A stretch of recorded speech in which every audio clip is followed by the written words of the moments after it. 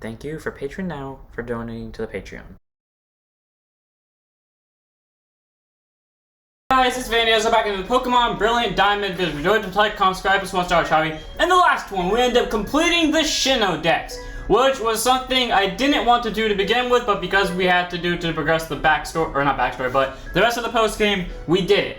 And yeah, I haven't really done anything off screen since then. I mean, I've been working on the Pro video, but that's pretty much it. So now that we have done that, we can now finally start encountering more and catching more of some, I guess, unique Pokemon from different regions. And I was originally gonna save this for the legendary video. Yes, I'm doing a legendary video, but I really want to do this, and I've been waiting the whole game to do this. Even if it's a little too late now, it's at least worth doing it. And that is, once you become champion and complete the Sinnoh Dex, or at least once you complete the Sinnoh Dex, I don't know if you have to become champion for this, you can go over to, what's her name? I mean, well, technically you have to become the champion because I believe the Pokemon that the Elite Four use can't be seen otherwise. So I think you do have to beat the champion because then you'll have fought the Elite Four. But anyways, after coming to, I want to say it's this house, after you've at least seen the entire Pokedex for Sinnoh, or you've acquired the National Dex, as I now wander around the houses trying to figure out which one the fuck I'm talking about,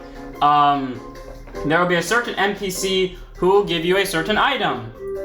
And I have walked into, okay, who the fuck is it? Whose house is it? Do I have to walk into randomly? Are they up here and I just walked past them on pure accident? Oh yeah, it's this house. It's totally this house. It has to be.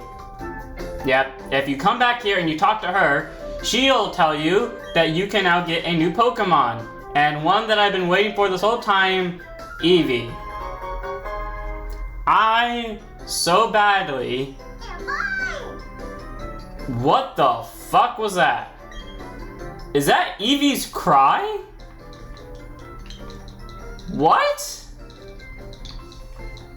Okay, well anyways, that aside, Henri, as we're gonna call him. Yes, I'm aware that spells Henry, but I'm gonna base it off of the Vanguard, you know, thing where one of the characters' names is called Henri Hayao, and I like how his name's pronounced that, but it's spelled a different way. So that's his name now. Sadly, we're not going to use it on our team, because today our focus will be the Battle Resort, as you can tell, or the fight area, as you can tell based off the title of the video. But yeah, so I really wanted Eevee on this team. Like, quite literally, Mamoswine was supposed to be an Eevee, but because we couldn't get a fucking Eevee until this moment, we had to, oh yeah, if you don't remember, this place was blocked off from before when we had only the Sinnoh Dex, but now that we have the National Dex, we can kind of go through and no one will stop us. I question what this leads to, though. Oh, it leads to a new route. I wonder what Pokemon we can find. Oh yeah, we can just try. So I guess now we're just gonna explore the new route, cause survival area. Like, okay, I'm gonna tell you right now, we're gonna need to head to Stark Mountain at some point, cause that is where one of the legendaries is. So let's run around, I guess, this route for now, and then kind of figure out what we can do. Oh, I like how that has like 2 chances for double battles. At least I assume those guys are trainers. That's great, honestly. So. Oh, another, wow, they flat out had a rare candy hiding there. That's, damn. Okay, yeah, they're trainers, that's great. Like, now we can grind more. I mean, I do kind of want to put together a second, oh yeah, that's another thing I forgot too. Now that we have the National Dex, because we were locked into doing this beforehand, we can now go to the Grand Underground and catch the other starters. So we can catch Turtwig and we can catch Pimpla. Here's my thing, because on accident, partially, but also because those Pokemon were acquirable early in the game, my Pearl team is essentially every Pokemon I would have made as my second team for this game. So essentially, like, for example, I put Pokemon in my PC aside that if I like were to train up another team, who would I use? Yeah, and it turns out I had everyone on that team that I wanted except for one of the starters. And lo and behold, all those Pokemon can be caught before the first gym. Or, sorry, most of them can be caught before the first gym. One of them you catch after the first gym. So, that's a thing. Except, well, technically 2 of them. But you know what the funny part is? Remember how before I said I wanted to put a Togepi on my team, but I didn't in the end because, you can't get it till the 7th gym? Well, guess fucking what? In my Pearl Let's Play, I did the, you know, the Grand Underground thing right out the second we got to it. And it took me to the Fountain Spring Cave. And I didn't expect to catch anything there, and I just went there for the tutorial. I was like, okay, cool, maybe I'll find a neat catch or something. lo and behold, there was a fucking Togepi at level 28. First time I went to that spring. I didn't even like respawn anything. It was just in there. And I can only, like, I remember my reaction being, what the fuck? Because I didn't think I could catch it. And I was like, run up to it, and I expected it to be level 60. It was goddamn level, like, what? No, I just say it was 28. And I immediately caught, I mean, well, it took a few seconds to catch it, but I immediately went for the catch because I really wanted that Togepi. I had a whole backup, like, I had a whole team plan and everything, and Togepi was not a part of it because I know I couldn't get it to the late game. And the second I saw it, I was like, yeah, fuck that plan. I'm immediately getting that Pokemon. So sadly, I'm not in that situation where it's either I get a Togekiss or a Roserade because you can only get 2 shiny stones, and one of them you can't get till you get to this area in the game. So that sucks. I mean, you can get one by random chance in the underground, but let's be fair, I'm only doing the Pearl video to do like one exclusive scene and maybe a little bit of post-game that isn't exclusive to Pearl. I just want to do the post-game in that one for some reason, or like other parts of this post-game. So like, there's that. So I don't know why I would like bother wasting my time for like going all the way through that when I'm not even going to do Pearl as the main Let's Play. So like, that's my thing, and I don't want to go doing that to get like both a Roserade because I wanted to have all the starters. So I have a Ponyta, who obviously is going to turn into a Rapidash. I chose Piplup as my starter because that's my second favorite starter of the bunch. And then I got a Roserade because I was like, I felt bad for not using Roserade before, so I brought it back on the team. Little did I know that I was gonna like want to change that decision once I like figured out what is that a Galarian Farfetch'd? Or is that just a normal Farfetch? I can't tell. But anyway, no, Galarian Farfetch look much different. But anyways, yeah, like that's the decision I was on, and I'm still on that decision because I haven't reached that point where I get the shiny stone. My view on it is this, that if my Togepi, who currently is still a Togepi, doesn't evolve by the time I get to the shiny stone, then I just give up on trying to turn it into a Togekiss. But my issue is, I kind of need it to deal with Cynthia. Because I remember, I'm planning on doing at least part of the post-game with that team. Which means I have to fight Cynthia with it. And the issue is, my team, well yes, that team definitely has more counters than Cynthia than my current team did when I fought Cynthia. Cynthia's Garchomp still counters everything on my team. To my memory, I have a Empoleon, currently right now. I just beat the 4th gym. I currently have an Empoleon on that team. Trying to think now. Empoleon. I could have just gone in the water and that would have been much faster. Now I'm just trying to think. Okay, oh yeah, Empoleon, the Togepi currently, Roselia. I have a Ponyta currently. I have a Crobat who evolved very quickly via friendship, which was great. I think it hit level 31 and that's when it evolved. And then we have a Gardevoir, who I wanted it to be a Gallade. And I was planning on stalling its evolution as long as I could until I found a Dawnstone. Here was my issue. As fast as I found a route, which I was glad for, I had to basically, like, what ended up happening was it was a female, and I didn't feel like, I just remember Final Gambit kills my own I keep forgetting that's not close combat. I really gotta start paying attention to the move names. But, yeah, while I did, yeah, basically it was a female, which, like, I'm not saying I didn't want a Gardevoir, but I really wanted a Gallade. I really wanted a Gallade because Gallade is my favorite of the two, and I don't really like Gardevoir that much.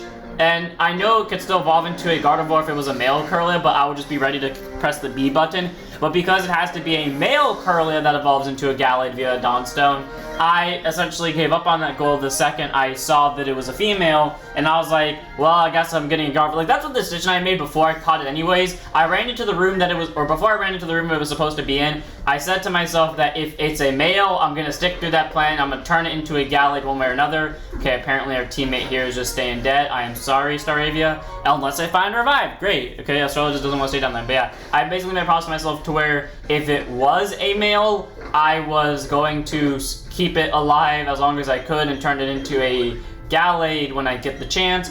Or if it was a female, I would just give up on that goal immediately and then just deal with having a Gardevoir, since I'll have an actual counter to Garchomp that isn't Gallade, because Gallade doesn't actually counter it, it just has possible movesets that can counter it. Except, here was my issue with this. After getting it to a Kirlia, I began to realize I had a problem. And this was the problem I kept talking about, how every type that has a counter to Garchomp, I did not mean to click Final Gambit, has a counter to freaking, is countered by Garchomp's moves. So let's go them one by one. Dragon type, Dragon Claw. Let's see, what's the other typing? Right, ice types, ground. I mean, even if ground, I don't think ice is super affected by ground. Maybe they are, maybe they aren't, but I do remember for sure that ground does, or at least from my experience, if I hit ice type with a ground move, it's staying fucking down. So, you know, just by inherent disability, I say ground is good against ice, even though that's not actually the case. But, so there's that, and he has Earthquake for that, which is great. And Swords Dance, if that was enough to, like, make me fear him. But then outside of that, let's see, Fairy type. The type I thought I had on him when I considered running the Togekiss and the Gardevoir. Poison Jab. And if you don't know, Poison is super effective on Fairy. Yep. So, except for maybe Ice, but then again, Ice might be like 50-50 with Ground or not, because I have seen a lot of Ice types easily go down to Ground type moves, specifically Earthquake, which Garchomp has. Garchomp, straight up, has a counter to every typing it's affected by. Again, maybe not Ice, but considering I've seen a lot of Ice types go down to Ground type moves, I consider that the same nonetheless. So, as you can see, I'm not really prepared to fight her. Like, again, I can kind of handle the rest of her team pretty easily, like her Spiritomb is not going to cause any problems. Once he throws out her Milotic, that's just easy stall points. Her fucking Lucario does not stand a chance against Rapidash at all. And as for, like, let's just say I do keep the Togekiss instead of the Roserade. I have Togekiss to deal with, granted nothing, but at least Togekiss can gain some advantage on things. Really, my only hope is this. Gardevoir and Togekiss are somehow strong enough to take a Poison Jab to the face, and then they just tag Team Garchomp down to the point where it can't heal on whoever attacked first, and then it just kills it on the second go. That's my hope. Because I know for damn sure neither of them two are outspeeding Garchomp. Maybe Togekiss will, but I have to make sure it kills. So, that's my issue.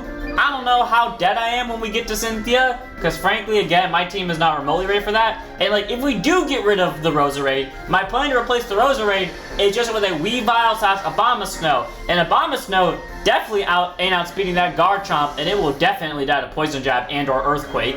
And if it's Weavile, Weavile has to outspeed it, and if it doesn't, it's fucked, and if it doesn't kill it in one hit, even if it outspeeds it, it's still fucked, because it will die definitely to an Earthquake. So, that's my issues. I essentially have, well, I have ways to beat her, but there's not many. Especially with my starter Empoleon, who is part Steel, which makes him weak to Earthquake. That is something I hate about Empoleon.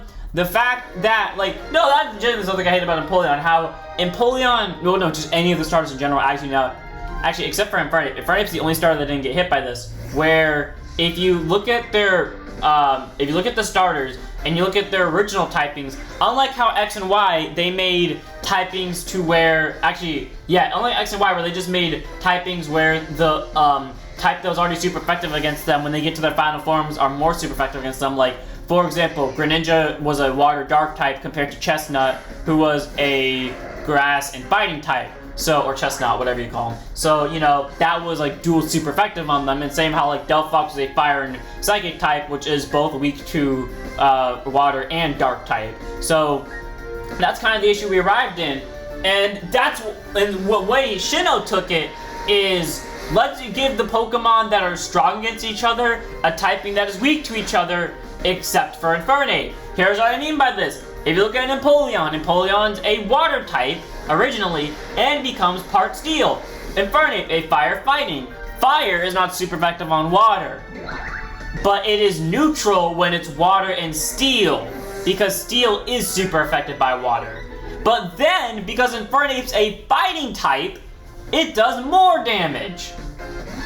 So, you know, Empoleon gets countered by the thing it's supposed to be good against. That's why Barry literally stood no chance against me, because my starter was inherently better than his, because it definitely had more speed, and it had more output and power, and it wasn't fucking dead because of its typing. Wow, let's see. Not Groudon, what's it called? The final form, Torterra. Torterra, grass type, right? So, you know, not weak to water. Ground type, weak to water. Or maybe ground type isn't weak to water, I don't know. But point is, like, you know, or at least it's weak to steel, I think. I don't remember typings anymore, but I think it's weak to steel. It's something against steel, I don't remember. But it essentially draws even, which sucks. And it gives them another, I mean, it kind of gives them resistance against, like, fire-type moves from, what's it called? From Infernape, but then it just gives them more targets, because before, fighting-type moves weren't super effective against them. And now, while yes, they aren't, it is neutral. So, it's weird in my opinion how Sinnoh kind of has, like, and again, this might just be me being completely wrong, because I don't remember how these types work, but yeah, if I'm right, then that means, like, Sinnoh has the worst case of it, because by default, in terms of typing, Wukong is the best because he's the only one that doesn't fucking die to the other 2 second typing, and in fact beats the other 2 second typings. So it's weird in my opinion. I mean, I don't really care, because Wukong's the one on top in the end of the day, and I like Wukong, so I don't mind. Oh yeah, let's just show off Flare Blitz, because I never showed this off yet. Flare Blitz! Yeah! Instant kill. I didn't need to do that, I just wanted to because I wanted to show off Wukong's strongest move, because why not? I really want Wukong to learn Blast Burn, because I wanted to use it against Cynthia in our match, but I don't remember who teaches the elemental moves, and now that I remember it, there is that woman on the island of Iron Cave or Iron Island that probably teaches you moves. Well, sucks for me. How long is this route? Jesus Christ. Does it go? Actually, then again, it might head towards the mountain. I need water first up before I continue talking. Ah! The water bottle. Hey, let me just get some water real quick as I continue to pick berries.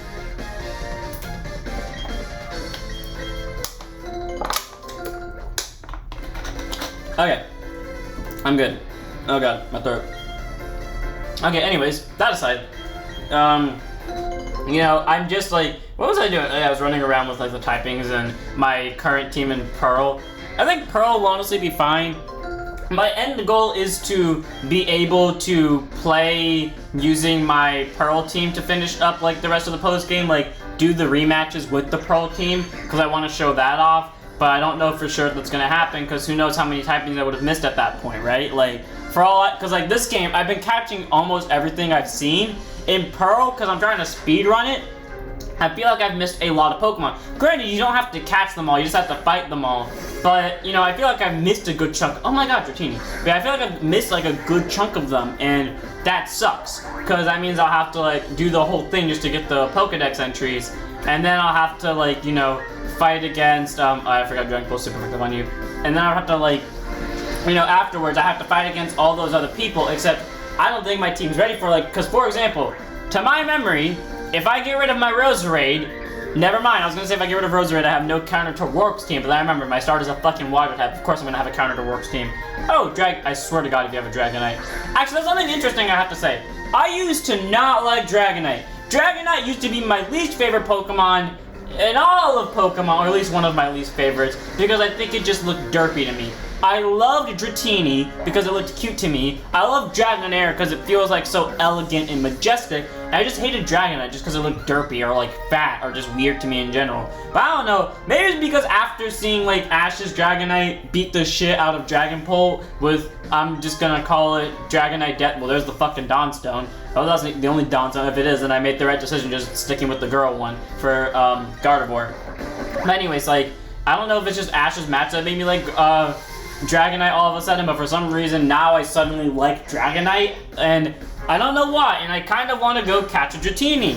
I don't like, I guess I can assume where my hate originated from it, not just its fatness, but also because when I first played Soul Silver, I caught a Dratini because I did want a Dragonite. I remember at some point in history I did like Dragonites, and I wanted to get one, and I couldn't, and we somehow made it to the survival area. Great, so now we can heal. But I wanted to get a Dragonite, and my Dratini just took so long to level up, and this is because I didn't know it was a pseudo-legendary. Like, to me, at that time, I didn't know, like, game terminology. I didn't know what the fuck a pseudo-legendary was. I knew what a legendary was, but I didn't know, like, pseudo-legendaries were a thing. I didn't know, like, it taking that long to level up meant it had good stats, because frankly, I didn't care about stats, and I still don't now. The only stat I care about now is speed stat, because that's just who I am.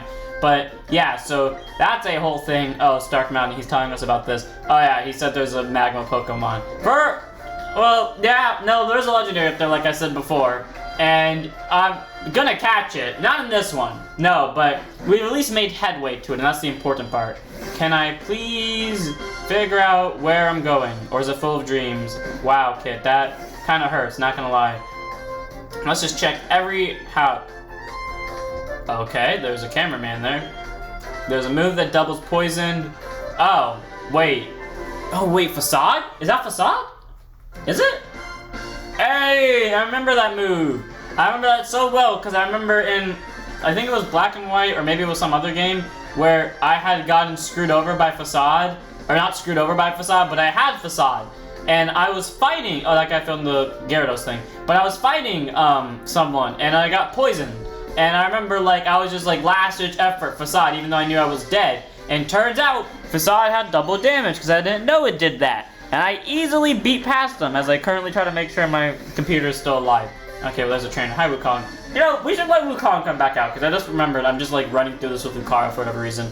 So we can definitely let Wukong run this out as I try to like think of more topics for this. Honestly, I've kind of like exhausted every topic I can think of. Like all of my Pokemon are like, I don't know, like I guess I can just say what I'm planning to do at the end of this, which is honestly, I don't know what I want to do at the end of this. Like, and that's mainly because I don't know if I want to like do another Pokemon Let's Play after this. Like, I'm definitely going to do a Pokemon Let's Play.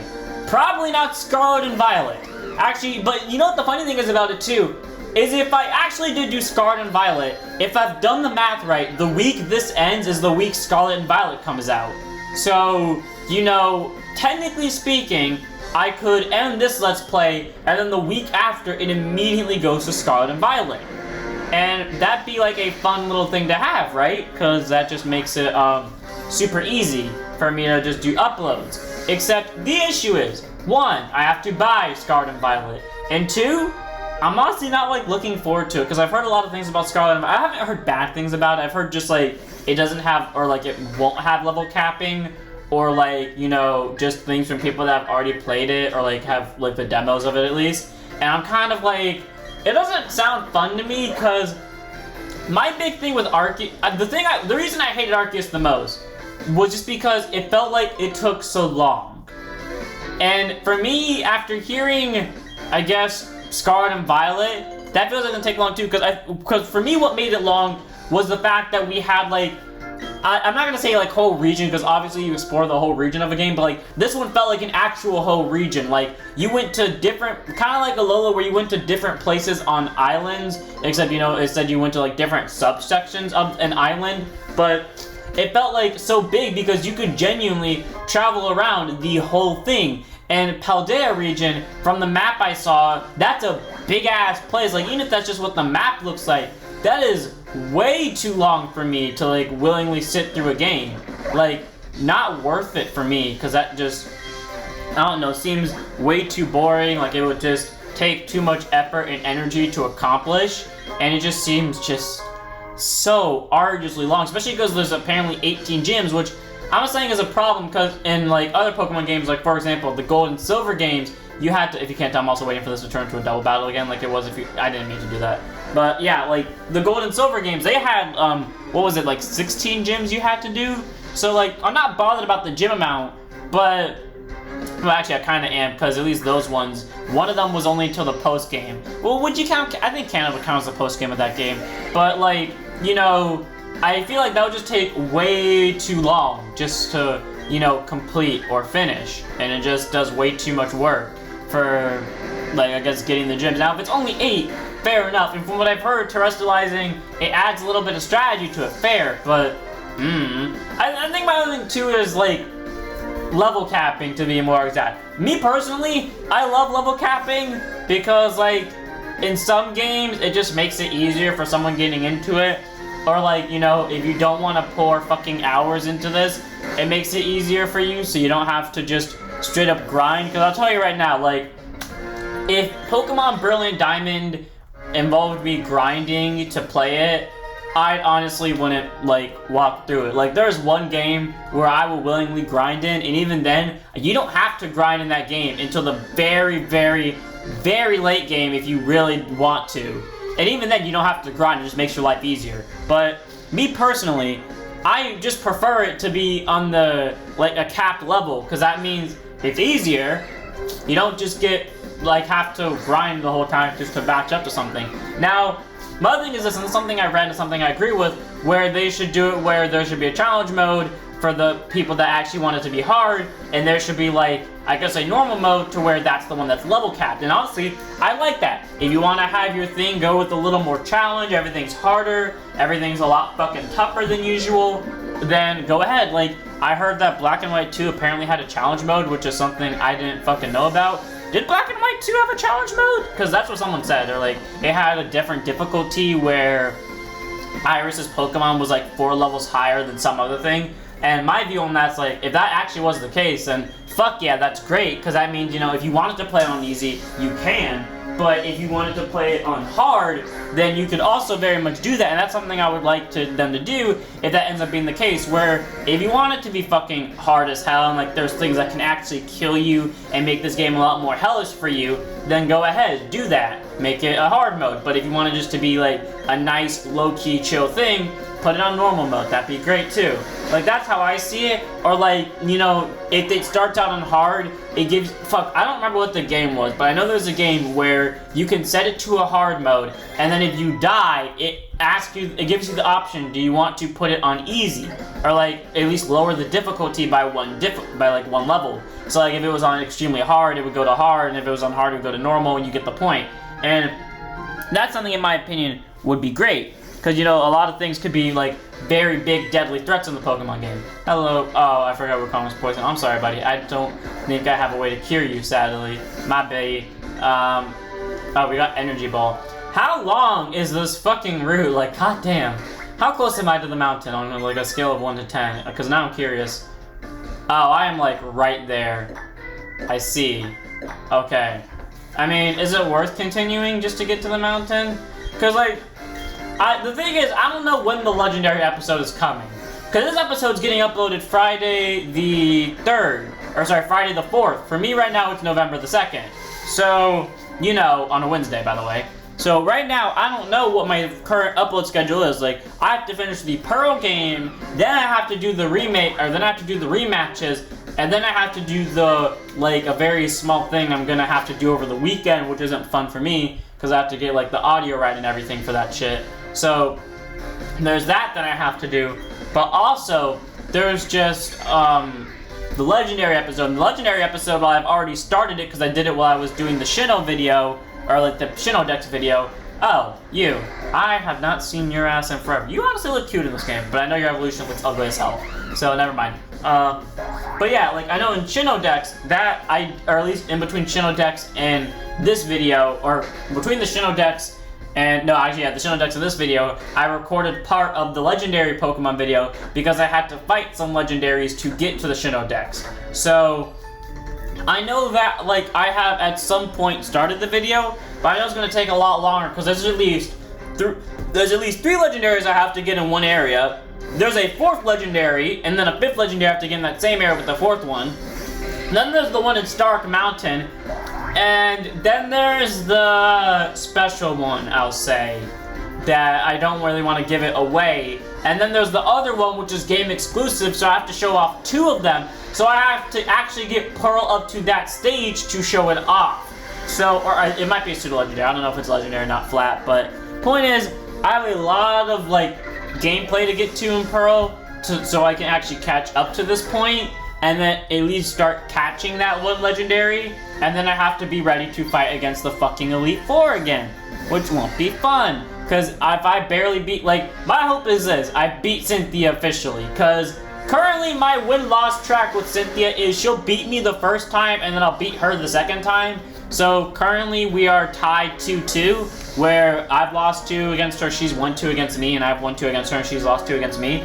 But I still count it as her winning both times, because she beat me before I beat her. So my hope is Pearl changes that by everyone on my Pearl team kicking her ass. How likely is that to occur? I have no idea.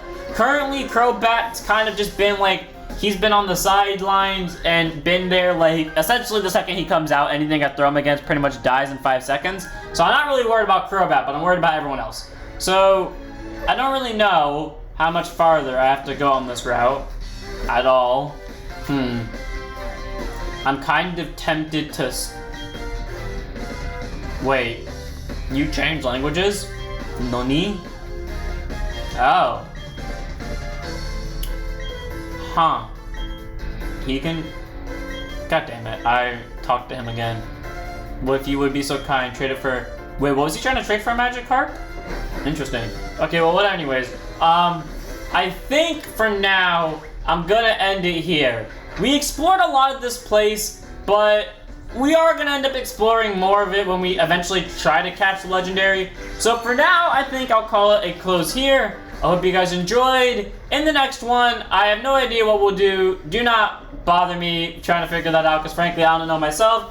So I'll see you all then. Don't forget to like, subscribe, don't forget to follow Twitch, and don't forget to check us out.